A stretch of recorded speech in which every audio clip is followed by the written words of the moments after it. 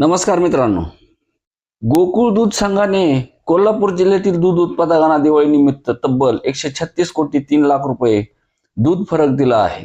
ही रक्कम बुधवारी दूध संस्थाच्या बँक खात्यात वर्ग करण्यात आली आहे, अशी माहिती संघाचे अध्यक्ष नवीद मुश्रीफ यांनी पत्रकार परिषदेत दिली आहे.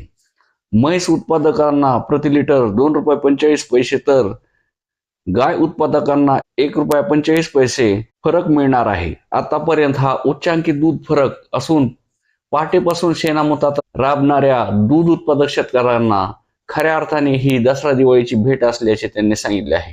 त्याबरोबरच पुढील एका वर्षात 25 लाख लिटर दूध संकलनाचा टप्पा गाठण्यासाठी 10,000 म्हशीचे वाटप व शेतकरी शेतमजुरांना कर्ज सहाय्य देण्याचे यावेळी ठरवण्यात आलेले आहे.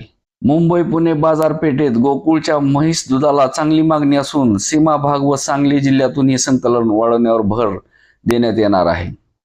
यासाठी सुपरवायझर मध्ये स्पर्धा ठेवण्यात येणार असून 100 पेक्षा जास्त म्हैस खरेदी करून देणाऱ्या सुपरवायझरला 1 लाख रुपयाचे बक्षीस देण्यात येणार आहे आणि ग्रामीण भागातील अल्पभूधारकांना प्रोत्साहन देण्यात येणार आहे.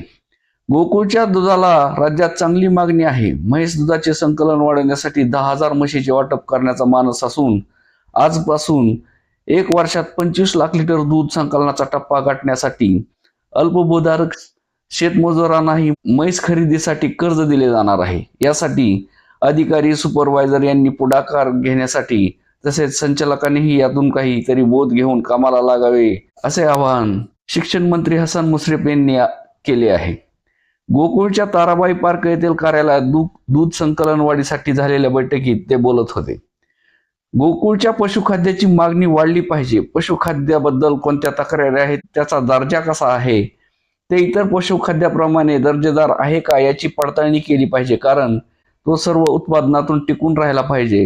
गोकुळसाठी कर्नाटक सीमा भागासह सांगली जिल्ह्यातूनही म्हैस दुधाचे संकलन करावे अशा सूचना त्यांनी केलेल्या आहेत. यासाठी सुपरवायझरनी दूध संकलनावर भर दिला पाहिजे. सुपरवायझर हे गोकुळ आणि दूध उत्पादक यांच्यातील मुख्य दुवा आहेत. त्यांनी ग्रामीण भागातील अल्पभूधारक व शेतमजूर वर्गातील दूध उत्पादकांना जातीवंत म्हैस खरेदीसाठी प्रोत्साहन द्यावे असेही ते म्हणाले आहेत. धन्यवाद.